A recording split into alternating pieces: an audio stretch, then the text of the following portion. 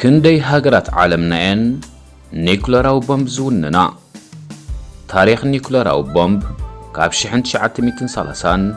كساب كلتا شحن 10 كلتان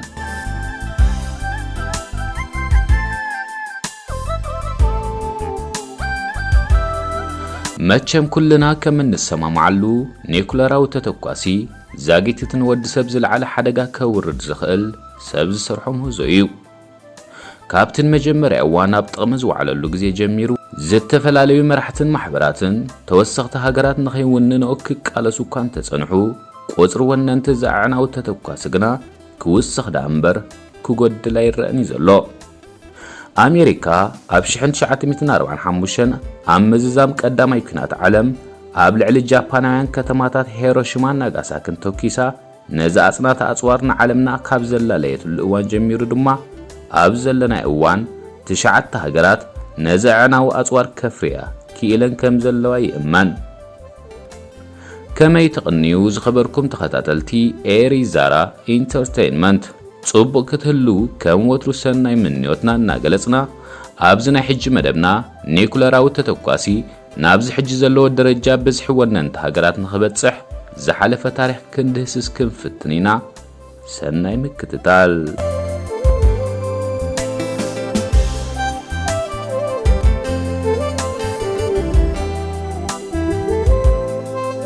بمسرت شحن 930 اب عود اتوماو صعز كايدو زنبرو سنفلطتاو دحساسات اب تاريخ نمجمريا غزي نيكولاراو تتوكاسي اب غبرك سرح كم زخل كم امريكاوي اوبنهايمر زامسلو نايت اوانت مرحت سنفلطتنياتات كرغاغصو خالو اب تحيدت عمتات دحيروز جمره كالاي كنات عالم دحراز تتصنبرت حبرات منغزات امريكا دما مقناقنتاز نبرت ناينازي جرمن منالبات نزي تتوكاس امعبيلاتو كيتخون بمسغا ابشحن 942 مانهاتن بروجكت زتسميه مستيراو سنفلطتاو مرمراتن مصنعتاتن جمرت ازي بروجكت اب 16 حمله 1945 اب نيو مكسيكو عوت فتنه دحر مكيادو دما حبرات منغسات امريكا قداميت ونانيت اذا اصوات كم زخونت بعلنا عالم قلصت بدحر زا معلت دما عالمنا نحوارو تغيرت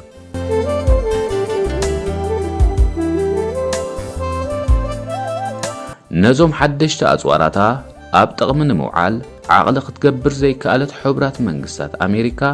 አምና ሐሰ 1945 ንጃፓናዊት ከተማ ሂሮሺማ ግዳይ زي محر ተተኳስ ንኽትከውን فردتا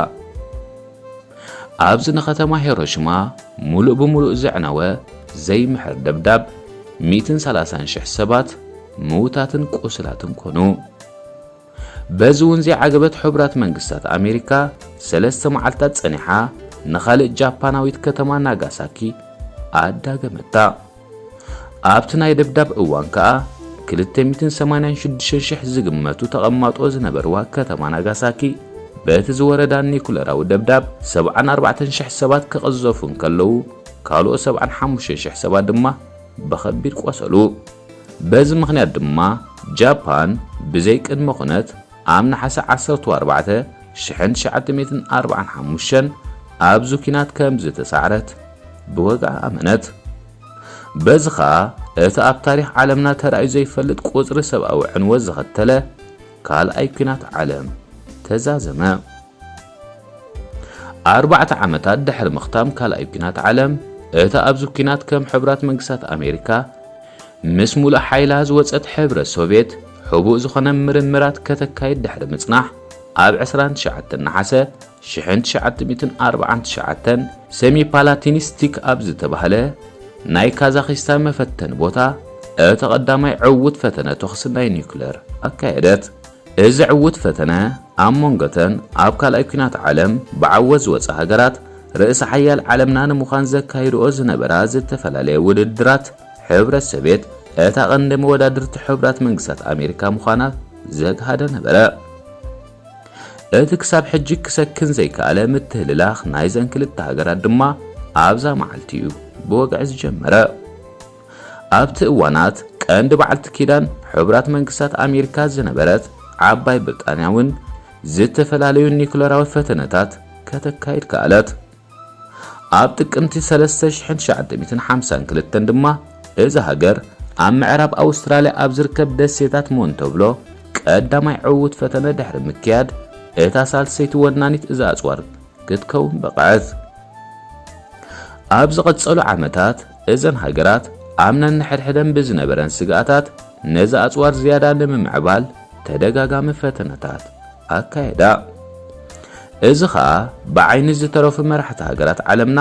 ኣንጻር ድሕነት ሃገራቶም ዘንጸላለወ ዓብ ሓደጋ ነበረ። በዚ ምኽንያት እዚ ድማ ፕሬዚደንት ህንዲ ዝነበረ ጃዋሃርላል ነህሩ ኣብ 1954 ፈተነ ዝተተኮስቲ ንሓዋሩ ክእገድ ወግዓዊ ጠለብ ንውድብ ሕብራት ሃገራት ኣቐረበ። ነዚ ተኸቲሎም ከዓ ኣብ 1958 ዳርጋ 10,000 ዝግመቱ ናይቲ እዋን መራሕቲ ስነ ፍልጠተኛታት ንዋና ጸሓፊ ውድብ ሕብራት ሃገራት ዝነበረ ዳግ ሃማርስኮልድ ዓለምና ነዚ ተኸታታሊ ፈተነታት ተኽሲ ናይዞም ሓደገኛታት ተተኮስቲ ደው እንተዘያቢላ ከስዕበላ ዝኽእል ስጋኣታት ዝገልጽ ሰነድ ኣቕረብሉ። ዓለማዊ ስምምዕ ምቁራጽ ናይ ፈተነ ተኽሲ ንኽኽትም ድማ ጻዊዕት ኣቕረቡ። እንተኾነ ብቕልጡፍ ዝመጸ ዝኾነ ተበግሶ ናይዘን ሰለስተ ሃገራት ኣይነበረን። ብኣንጻሩ በዓልቲ ኪዳን ዓባይ ብሪጣንያን ሕብራት ኣሜሪካን ዝነበረት ፈረንሳ ኣብ የካቲት 1964 ቀዳማይ ዕውት ፈተነ ናይ ዝተተኳሰ ከተካይድን ከላ ገለ ኣዋርሕ ጸኒሓ ኸኣ ደሳዊ ቻይና ኣብ ጥቅምቲ 16 1964 ዕውት ፈተነ ኣካየደትን ማሕበር ወነንቲ ኒኩለራዊ ተተኳሲ ድማ ቁጽሪ ኣባላቱ ናብ 5 ዕበዮ። ሕብራት መንግስታት ኣሜሪካ፣ ሕብረት ሶቪየትን ካልኦት 60 ሃገራትን ኣብ 1 ሐምለ 1968 ቅድድም ምውናን ኒኩለራዊ ተተኳሲ ደው ናይ ምባል ስምምዕ ፈረማ። ብመሰረት እዚ ስምምዕ ኸኣ ምፍራይ ሓደሽቲ ኒኩለራዊ ተተኮስቲ ብዓለም ደረጃ ደው ክብልን ኒኩለራዊ ስነ ፍልጠት ድማ ኣብ ሰላማዊ መዓላ ጥራይ ክውዕልን ተረዳድኣ። ነዚ ስምምዕ ተጠቒማ ኸኣ ሂንዲ ኣብ 1974 ናይ ኒኩለራዊ መሳርሒ ምፍንጃር ዝበለቶ ፈተነ ካየደት። እዚ ህንዲ ዝፈንጀረቶ ከም ተተኳሲ እኳ እንተ ዘይተቆጽረ ሂንዲ ኒኩለራዊ ተተኳሲ ናይ ምስናዕ ዓቕሚ ከም ዘማዕበለት ግና ዘግሃደ ነበረ። ሽሕኳ መንግስቲ ሃገር ካብቲ እዋን እቲ ጀሚሩ እቲ ፈተነ ንሰላማዊ መዓላ ጥራይ ከም ዝውዕል ዝገልጽ እንተኾነ ብፍላይ ኣብዚ ሕጂ እዋን ሂንዲ ንኒኩለራዊ መደባታ ከም ማእከል ሃገራዊ ድሕነታን ኣብ ዓለም ክህልዋ እትደልዮ ናይ ዓለማዊት ሓይሊ ስእልን እያ እትርእዮ። ኣብ 1991 ሕብረት ሶቪየት ምስ ወደቐ ኣካል እቲ ሕብረት ዝነበራ ቤላሩስ፣ ካዛኽስታንን ዩክሬንን እውን ብመሰረት ኣብ ሃገራትን ተኸዚኖም ዝነበሩ ኣጽዋራት ኒኩለር ንቁጽሪ ወነንቲ ኒኩለር ንሓፂር ግዜ ናብ 9 ከዕርጎ ከኣላ። እንተኾነ ከይጸንሐ ውድብ ሕብራት ሃገራት እዘን ሃገራት ንዘለውዎን ኣጽዋራት ከዕንውኦም ወይ ድማ ናብ ሩስያ ክመልሶኦም ኣብ ስምምዕ በጽሐ። በዚ መንጽር ከዓ ቁጽሪ ወነንቲ መሊሱ ናብ 9 ተመልሰ። ነዚ ስዒቡ ውድብ ሕብራት ሃገራት ኣብ ግንቦት 1997 ነቲ ናይ 1968 ስምምዕ ዝድርዕ ተወሰኽቲ ሓደሽቲ ሃገራት ኒኩለራዊ ተተኳሲ ንኸየማዕብላ ዝእግድ መምርሒታት ኣመሓላለፈ። ኣብዚ ስምምዕ ተወሰኽቲ ሃገራት ፌርመአን ከምብራን ከለዋ እተን ዝለዓላ ወነንቲ ናይ ኣጽዋር ዝነበረ ሃገራት ድማ ቁጽሪ ዝውንንኦ ተተኮስቲ ንኸጉድላ ተሰማምዓ። እዚ እናኾነ ግዳ ፓኪስታን ኣብ ግንቦት 1998 ሓድሽ ፈተነ ኒኩለር ብምክያድ ንኣስታት ክልተ ዕቑዳት ደው ኢሉ ዝነበረ ፈተነ ተኽሲ ናይ ሓዳሽ ሃገር ዳግም ኣበራበረቶ። ንመተሃላለኽታን ጎረቤታን ዝኾነት ህንዲ ስዕባ ድማ ሻብዐይቲ ወግዓዊት ወናኒት እዚኣናዊ ኣጽዋር ክትከውን በቐዐት። ብድሕሪ እዚ እዋን መራሕቲ ሃገራት ዓለምና ነዚ ብህንድን ፓኪስታንን ዝተወስደ ነቲ ናይ 1968 ስምምዕ ዝጥሕስ ተበግሶ ዝኹንን ዝኾነ ተወሳኺት ሃገር ድማ ፈተነ ንኸይትካየድ ዝጽውዕ ዝተፈላልዩ ስምምዓት ክኽትሙ ኻኣሉ እንተኾነ ኣብ 2003 ሰሜን ኮርያ በዚ ስምምዕ ክትቅየድ ከም ዘይትደልን ፌርማኣ ኸኣ ካብ ዝውዕል ከም እትስሕብ ኣፍለጠት ከም መርኣያ ናይዚ ድማ ኣብ ጥቅምቲ 9 2006 ቀዳማይ ናይ ትሕቲ መሬት ናይ ኒኩለራዊ ተተኳሲ ፈተነ ብዓወት ኣካየደት ንእለቱ ኸኣ መንግስቲ ሰሜን ኮርያ ሃገሩ ሻምነይቲ ወናኔት ኒኩለራዊ ኣጽዋር ከም ዝኾነት ብወግዕን ዓለም ሓበረ እዚ ከምዚ ኢሉ እናሃለወ ካብ 2002 ጀሚሩ ሰበስልጣን መንግስቲ ኣሜሪካ ንኢራን ኒኩለራዊ ኣጽዋር ንምምዕባል ምርምራት ተካይድ ከም ዘላ ክኸሱ ጸኒሖም እዮም ናይ ሕብራት መንግስታት ጉጅለ መጽናዕቲ ስእልታት ሳተላይት ናይ ዓበይቲ መመንጨዊታት ዩራኒየምን ኣጽዋር ናይ ምስራሕ ብቕዓት ዘለዎም ፋብሪካታትን ዝበልዎ ድማ ካብቲ እዋን ጀሚሮም ክዝርግሑ ጀሚሮም እዮም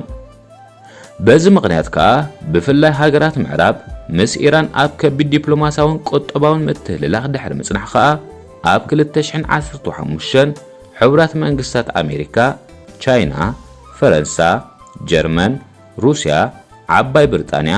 ኤውሮጳዊ ሕብረትን ድሕሪ 5 ዓመታት ዝወሰዱ ዝርርባት ንኒኩለራዊ መደባት ኢራን ዝምልከት ስምምዕ ክገብራ ኻኣላ ኢራን እተካይዶ ዓቕን ምምዕባል ኒኩለራዊ ስነ ፍልጠት ከተጉድልን በዘና ሃገራት ቁጽጽር ንኽካየደላ ከተፍቅድን ምስ ተሰማምዐት ድማ ሕብራት መንግስታት ኣሜሪካ ኣብ ልዕሊ ኣምቢራቶ ንዝነበረት ቁጠባዊ እገዳታት ከተፍኩስ ተሰማምዐት እንተኾነ ኣብ 2018 ፕሬዚደንት ኣሜሪካ ዝነበረ ዶናልድ ትራምፕ ኢራን ገና ብሕቡእ ኒኩለራዊ ተተኳሲ ምምዕባል ኣየቋረጸትን ኢሉ ብምኽሳስ ካብዚ ስምምዕ ክወፅእ ምዃኑን ነቲ እገዳታት ድማ ዳግም ከጽንዖ ምዃኑ ኣፍለጠ ኣብዚ ዝሓለፈ ዕቑድ ኣብ ዓለምና ዝኾነት ሓድሽ ፈተነ ኒኩለራዊ ኣጽዋር ዘካየደት ሃገር የላን ውድብ ሕብራት ሃገራት ህላወ ሓደገኛ ኣጽዋር ካብ ዓለምና ንሓዋርን ምጥፋእ ሓደ ካብቶም ቀዳሞት ዕላማታት ምዃኖም ይዝገልጽ ነዚ ዕላማ ኣብ ግብሪ ንምውዓል ከዓ ብቐዳማይ ደረጃ ዝሪኦ ሓድሽ ወነንቲ ንኸይህልዋ ምክልኻል ምዃኑ ይገልጽ ከም መርኣያ እዚ ከዓ ኣብ ሓምለ 17 2017 122 ሃገራት ኣብ መጻኢ ኒኩለራዊ ቴክኖሎጂ ንኸይማዕብላ ስምምዕ ፈረማ እንተኾነ እተን ድሮ ብወግዕ ወነንቲ እዚ ኣጽዋር ኮይነን ዘለዋ 8 ሃገራትን ኣጠራጣሪ ዝኾነት ኢራንን ነዚ ስምምዕ ክፍርማሉ ኣይመረፃን በዚ ምኽንያት ከዓ ውድብ ሕብራት ሃገራት ንዓለምና ካብዛ ኣጽናተ ኣጽዋር ነፃ ገይሩ መጻኢያ ከውሕስ እንተኾይኑ እዘን 9 ወነንቲ ኒኩለራዊ ኣጽዋር ዝኾነ ሃገራት ኣጽዋራተን ንኸዕንዋ ናይ ምእማን ከቢድ ተልእኾ ይጽበዮ ዝኸበርኩም ተዓዘብትና ንሕጂ ዘቐረብናልኩም ትሕዝቶ ነዚ ይመስል ነይሩ ምሳኹም ዝጸናሕና ኣዳላዊ ቶማስ በርሀ ምስ ኣቕራቢ ሙሴ ግርማጽዮን ብምዃን ኢና ክሳብ ብኻልእ ትሕዝቶ እንምለሰኩም ከዓ ሰላምን ጥዕናን ኣብ ዘለኹሞ